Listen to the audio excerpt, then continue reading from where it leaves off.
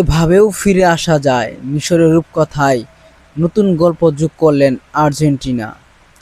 ৬৭ minute পর্যন্ত Lionel মেসির এই ছবিটা আর আলভারেস এর এই ছবিটাই ছিল আর্জেন্টিনার চিত্র। কিন্তু সবই বদলে যায় মাত্র ১৩ মিনিটের ব্যবধানে। এবারেই ফুটবল বিশ্বকাপ দেখল অন্যতম সেরা কামব্যাক।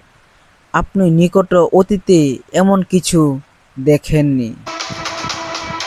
ক্রিস্টিয়ান রোমেরোর ওই গোল, নাকি লিওনেল মেসির ওই গোল, নাকি এনজো ফার্নান্ডেসের হেড, কোনটাকে আপনি এগিয়ে রাখবেন? আর্জেন্টিনার ভক্ত হিসেবে আপনাকে যেকোনো গোল এগিয়ে রাখতে পারেন, তবে সবচেয়ে গল্প এটাই, আকাশী নীলদের তরি ফিরেছে কোয়ার্টার ফাইনালের মঞ্চে। আকাশী নীলদের জন্য ফিরে আসার তৈরি হয় মাত্র ১৯ মিনিটে। ডিবক্সে মিশরের ফাউল আর পেনাল্টি পায় লিওনেল মেসিরা। কিন্তু এ কী করলেন মেসি? মিশরের গোলকিপারের দুর্দান্ত সেভ। হতাশ হলেন আর্জেন্টিনা। প্রথমার্ধ ১-০ গোলে শেষ হলো। কোন পরিকল্পনায় সাজালেন লিওনেল স্কালোনি? দ্বিতীয়ার্ধে তা বোঝা গেল। আর্জেন্টিনার ডিফেন্স লাইন উপরে উঠে আসে আর তার মাসুল দেয় আকাশী নীলরা। ৬৭ মিনিটের মাথায় দারুণ এক কাউন্টার অ্যাটাকে মুস্তাফা জিকোর গোল। ২-০ গোলে পিছিয়ে গেলেন মেসির দল। তবে কি এখানেই স্বপ্ন শেষ? এরপরে আসে একের পর এক চমক।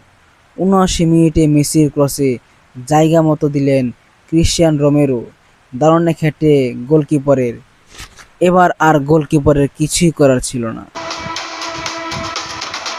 আর সবথেকে বড় চমক দেখালেন আর কেউ নয়, লিওনেল মেসি। ডিবক্সে আক্রমণ করে তুলেন মার্টিনেজ আর সুযোগটা পেয়ে যান মেসি। ক্যাপ্টেন ভুল করলেন না, বাঁ পায়ের এক শট সরাসরি জাল ভেদ করল। এরপরে যোগ করার সময়ে ২ মিনিটের মাথায় আলভারেস থেকে লাউতা ও চমৎকার এক ক্রস, ফার্নান্ডেসের এক হেডে দলকে জয়ের পথে নিতে এভাবেই মিস করেননি। ওই হেডেই আর্জেন্টিনা এগিয়ে যায় ৩-২ গোলের ব্যবধানে।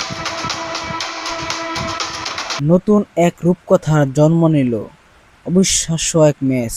এমন পরিবর্তন সচরাচর আপনি দেখেন নাই, তাই দেখলেন। এবার আর্জেন্টিনা জায়গা করে নিল কোয়ার্টার ফাইনালে।